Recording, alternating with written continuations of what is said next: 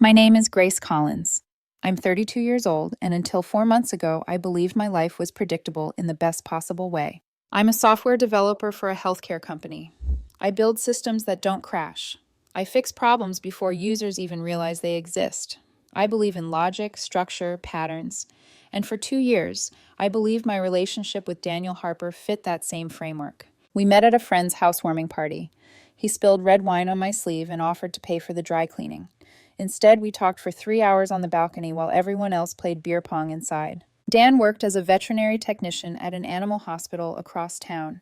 He was gentle with animals, kind, patient, the kind of man who could calm a trembling golden retriever with one hand and make me laugh with the other. 6 months ago, we moved into a two-bedroom apartment downtown, exposed brick, floor-to-ceiling windows, the kind of place that feels like a beginning.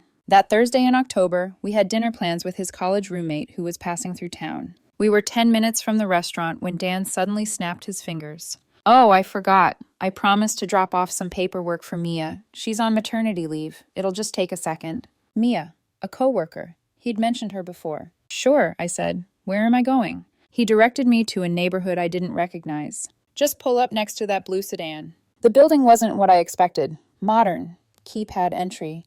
Not exactly the vibe of someone on maternity leave buried in newborn chaos. Dan grabbed a manila envelope from his bag. Wait here, I'll be right back, he said, leaning over to kiss my cheek.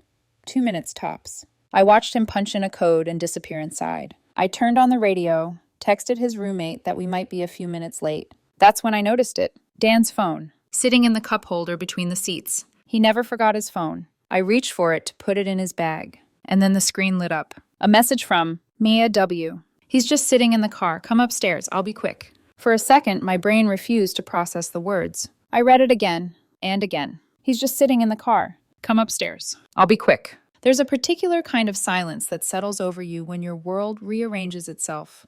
Not loud, not dramatic. Just cold. This wasn't paperwork. This wasn't maternity leave. And whoever Mia was, she knew I was out here. Sitting. Waiting. Like an idiot. My hands started shaking. My stomach turned. But beneath the nausea, something else rose up.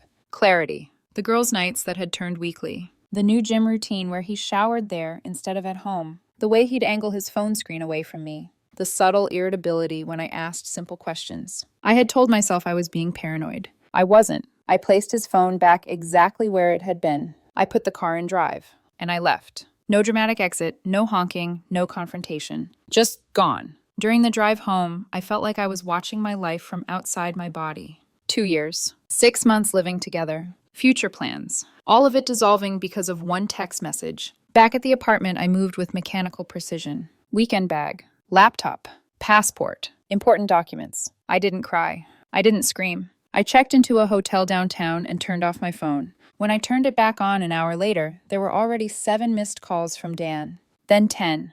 Then 15. Texts flooded in. Where are you? Why did you leave? Grace, answer me. This isn't funny. Did something happen? No confession. No explanation. Just accusation. I typed one message. You left your phone in the car. I saw Mia's message. Don't contact me again.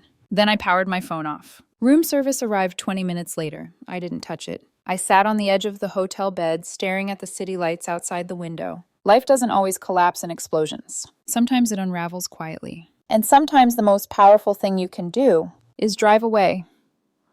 By morning, the shock had hardened into something sharper. Resolve. I didn't want revenge. I didn't want a screaming match in a parking lot or some dramatic scene in a restaurant. I wanted clean lines, clean exits, no room for manipulation. The first call I made was to Ethan. Ethan and I had worked together for years. He was the closest thing I had to a brother. Practical, loyal, allergic to nonsense. Hey, I said when he answered. My voice sounded steady. Too steady. What happened? I hadn't even told him yet. I need a place to stay for a few weeks. There was a pause. Then, is it Dan? Yes. Another pause. You can come here. No questions. That nearly broke me, but I didn't let it. Next, I called our landlord. The lease was in both our names, but I'd paid the security deposit and all utilities were under my account. I explained calmly that I needed to terminate early due to relationship issues. 60-day notice and forfeiture of deposit, he said. That's fine. I filed it immediately. Then I called the bank and froze our joint checking account, the one we used for rent and groceries. I wasn't trying to take anything from Dan. I just didn't want him draining it out of panic or spite. By noon, I had movers scheduled for the next day. It was strange how efficiently a life could be dismantled. That evening, I returned to the apartment. Dan was waiting. He was sitting on the couch, elbows on knees, phone in hand. His eyes were red-rimmed, like he hadn't slept. The second I stepped inside, he stood. "Where have you been?" His voice cracked. "I've been worried sick." Worried? The word almost made me laugh. I walked past him toward the bedroom and opened my suitcase. "Are you seriously not going to talk to me?" He followed. "Grace, what is wrong with you?" I folded clothes with deliberate care. "The message was clear," I said finally. "Very clear." He ran a hand through his hair. "Oh my God, you saw that? It's not what you think." I zipped a packing cube and looked at him for the first time. "Then explain." "Mia is just a friend from work. The message was a joke." "A joke?" My voice stayed level. She knew I was in the car. "She teases like that. You know how people joke." "By inviting you upstairs while your girlfriend waits outside?" His jaw tightened. "She's married, Grace. There's nothing going on." "Married." That was new. "So why lie about dropping off paperwork to someone on maternity leave?" I asked softly. He hesitated. It was easier than explaining. "Explaining what?" "That I was seeing a friend." "At her apartment?" "Yes." "Alone?" He threw his hands up. "You're twisting this." The irony nearly suffocated me. "I'm staying at Ethan's," I said. "I have initiated lease termination. 60 days. His face drained of color. "You what?" "The lease is filed." "You don't get to decide that without talking to me." "What is there to talk about?" I asked quietly. "You're cheating." "I'm not cheating," he shouted, and this time the tears were real. "You're blowing this up over a misunderstanding." I picked up my suitcase. "I'll be back tomorrow with movers." As I reached the door, his tone shifted. Cold. "Fine. Leave. But don't expect to take anything we bought together. And you better keep paying your half of the rent." I turned slowly. "The deposit covers the penalty. Utilities are canceled. Anything joint can stay. I've only packed what's mine." He stared at me like he didn't recognize me. "You planned all this in one day?" "Yes." "You must have been looking for an excuse to leave." That one hurt, but not enough. "I wasn't looking for an excuse," I said. "I was looking for honesty." Then I walked out. The next day, I returned with movers. Dan wasn't home. Probably at work. Or maybe with Mia. The thought didn't sting the way I expected it to. By Friday evening, I was in Ethan's spare bedroom surrounded by neatly stacked boxes. My entire relationship condensed into labeled cardboard. The weekend was relentless. Calls, voicemails, texts swinging between rage and desperation. "Grace, please, you're making a mistake. Call me. I love you. You're ruining everything." I responded once. "Please don't contact me anymore." Monday morning, my phone rang from an unknown number. I almost declined it, but something, curiosity maybe, made me answer. "Grace Collins?" a female voice said. "Yes." "This is Mia Wilson." Silence stretched between us. "I don't think we have anything to talk about," I replied. "It's not what you think," she said quickly. "Dan and I aren't together. It's complicated." My grip tightened around the phone. Complicated how? A breath on the other end. Tense. Controlled. "You deserve to know the truth." And suddenly, I wasn't sure which version of the truth would hurt more. For a moment, I considered hanging up. Whatever Mia had to say wasn't my problem anymore. But curiosity is a dangerous thing. It hooks into you, demands closure. "Talk," I said flatly. There was a pause on the other end of the line. I could hear faint traffic noise behind her, like she was sitting in her car somewhere, hiding. "I'm married," Mia began. I didn't respond. "I was Dan's supervisor at the hospital." That made my jaw tighten. Supervisor. "So this wasn't just some random coworker," I said quietly. "No." "How long?" Another pause. 4 months. 4 months. A third of the time we'd been living together. I closed my eyes briefly. "It started as drinks after work," she continued, complaining about long shifts, clients, management. "He said you were always busy, that you didn't understand how stressful his job was." Of course. Planting narrative groundwork. "He pursued me," she said quickly, almost defensively. "I should have shut it down. I didn't. That's on me. But when it went too far, I tried to end it." And he wouldn't let it go. That surprised me. He said if I cut him off, he'd report me to HR, claim I initiated it, said he had messages. The cold clarity I'd felt in the car returned, but sharper now. "He threatened you?" "Yes." The word landed heavy. "That message," she continued. "She's just sitting in the car. Come upstairs. I'll be quick." I was trying to get him alone to tell him it was over, for good. "You knew I was in the car," I said. "Yes." "He told you I was working late." The lie was almost laughable. I pressed my fingers against my temple. "So when I drove off?" "He panicked," Mia said. "He started blowing up my phone. He said you'd seen something. I told him this was exactly why I wanted it over. And now? She exhaled shakily. My husband found messages. He confronted me 2 days ago. I told him everything. Everything. I'm not calling to defend him, she said quickly. I'm calling because he's spiraling. He showed up at my place drunk last night. He said if I didn't help convince you it was a misunderstanding, he'd tell everyone at work I seduced him. I felt something unfamiliar rise in my chest. Not heartbreak, not rage, disappointment, deep and final. Why are you telling me this? I asked. Because I don't want to be part of his story anymore, and you deserve the truth. There it was. Truth. Ugly, messy, complicated, but truth. After we hung up, I sat still for a long time. 4 months. Threats. Manipulation. Gaslighting. The crying in the apartment. The accusations. The claim that I was overreacting. He hadn't just cheated. He had tried to control the narrative. I called a friend of mine who worked in corporate law. I didn't give names, just hypotheticals. If someone threatens to falsely accuse a supervisor after an affair, I asked, what happens? Document everything, she said immediately.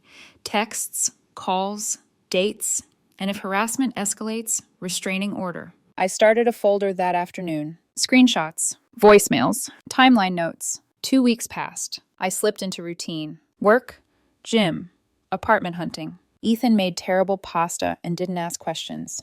Dan's messages slowed, then stopped. But mutual friends started reaching out. Is everything okay? Dan said you've been emotionally distant for months. Did something happen? Emotionally distant. That was his angle. Not cheating. Not threats. Just me. Cold. Unreachable. I didn't defend myself. Anyone who knew me, really knew me, didn't believe it. Then one Thursday evening, 3 weeks after the night at the apartment complex, the doorbell rang at Ethan's place. He answered it, then called my name. Grace, there's someone here for you. I walked to the door. An older man stood on the porch, gray at the temples, tired eyes. Expensive but understated coat. Grace Collins, when he asked. Yes, I'm Richard Harper, Dan's father. I braced myself. Accusations. Anger. Blame. Instead, he said something I hadn't prepared for. I'm here to apologize for my son. And just like that, the final illusion shattered. For a second, I wasn't sure I'd heard him correctly. Apologize. Not defend, not justify. Apologize. I stepped aside. You can come in. Richard Harper walked into Ethan's living room like a man carrying something heavier than pride. He didn't sit until I did. I won't take much of your time, he said. I just felt you deserved the truth. It was strange how often that word had come up lately. Truth. I spoke to Dan, he continued. Then I spoke to the hospital administration. And then, unfortunately, I spoke to Mia's husband. So it had spread. Dan was terminated last week, Richard said quietly. I felt a flicker of surprise, not shock, just confirmation. Workplace misconduct, violation of professional boundaries. Mia was his supervisor. I know, I said evenly. His brows lifted slightly. You do? She called me. That seemed to pain him more. She shouldn't have had to. Silence settled between us. He told us you left without warning, Richard said, that you were controlling, emotionally distant, that you accused him of things he didn't do. Of course he had. But his story kept changing, Richard continued. And when Mia's husband contacted us, we understood. Understood. The affair, the threats, the manipulation. Mia provided screenshots, he said heavily. Messages, voicemails, Dan begging, pressuring, threatening. There it was, the version of him I hadn't seen, or maybe hadn't wanted to see. Richard stared down at his hands. He moved back home, he said. He's not handling this well. For a brief moment, a ghost of sympathy passed through me. Then it faded. That's not my responsibility, I said softly. I know, Richard replied immediately, and I'm not here to ask you to take him back. Quite the opposite. He looked up at me then, eyes clear. You did the right thing. Those 4 words hit harder than any apology. You raised him, I said carefully. Yes, he replied. And that's something I'm wrestling with. He hesitated before continuing. This isn't the first time Dan has blurred boundaries in relationships. In college, there were incidents, emotional overlap, nothing this serious, but patterns. Patterns. I thought back to the subtle control, the way he'd frame arguments so I felt irrational, the gentle redirection of blame. It hadn't started with Mia. It had always been there. We've arranged therapy, Richard said, intensive. He's agreed to it. Agreed. After consequences. I don't expect forgiveness, Richard continued, but I wanted you to know that we don't blame you. We would have done the same. A strange lightness filled my chest. Not happiness, not triumph, just closure. I packed the rest of his things before I left, I told him. They're in storage. I can send you the key. He nodded gratefully. There's one more thing, he said before standing. Dan told us he loved you, truly. I think in his own way, he did. I considered that. Love doesn't threaten. Love doesn't lie. Love doesn't invite itself upstairs while someone waits in a car. Maybe, I said quietly. But love without integrity is just possession. Richard didn't argue. When he left, I stood at the window watching him walk to his car. 3 weeks ago, my life had cracked open in a parking lot outside a modern apartment building. Now the pieces were settling into something new. Not what I'd planned, but stable. 4 months later, I was in my own apartment again. Smaller, closer to the office. Sunlight pooled across hardwood floors in the morning. There were no hidden messages lighting up in cup holders. No secrets vibrating on countertops. Just quiet. Mia's marriage didn't survive the fallout. I heard that through mutual connections. Dan, according to Richard, was still in therapy. He'd lost his job, his reputation, his version of the story. And I had lost what? An illusion. Sometimes I replay that night in my mind. The glow of his phone, the message. If I hadn't seen it, how long would it have continued? Would I have married him? Signed a mortgage? Built something permanent on top of dishonesty? The thought chills me. Instead, I drove away. No screaming. No social media expose. No dramatic confrontation in a hospital parking lot. Just a decision. And sometimes that's the strongest move you can make. 6 months after everything ended, I started dating again. Slowly. Carefully. Through a mutual friend, I met someone. Another software engineer. Calm. Direct. Transparent in ways that feel almost disarming. We talk openly. We check in. We don't hide phones. It's early, and that's okay. Richard sends a brief message every few months. Updates about Dan's progress. Therapy, job applications, small steps. I wish him healing. From a distance, because distance is sometimes the healthiest form of compassion. I think about that moment in the car more often than I'd like to admit. The message that changed everything. Life doesn't always explode. Sometimes it whispers. And the bravest thing you can do is listen.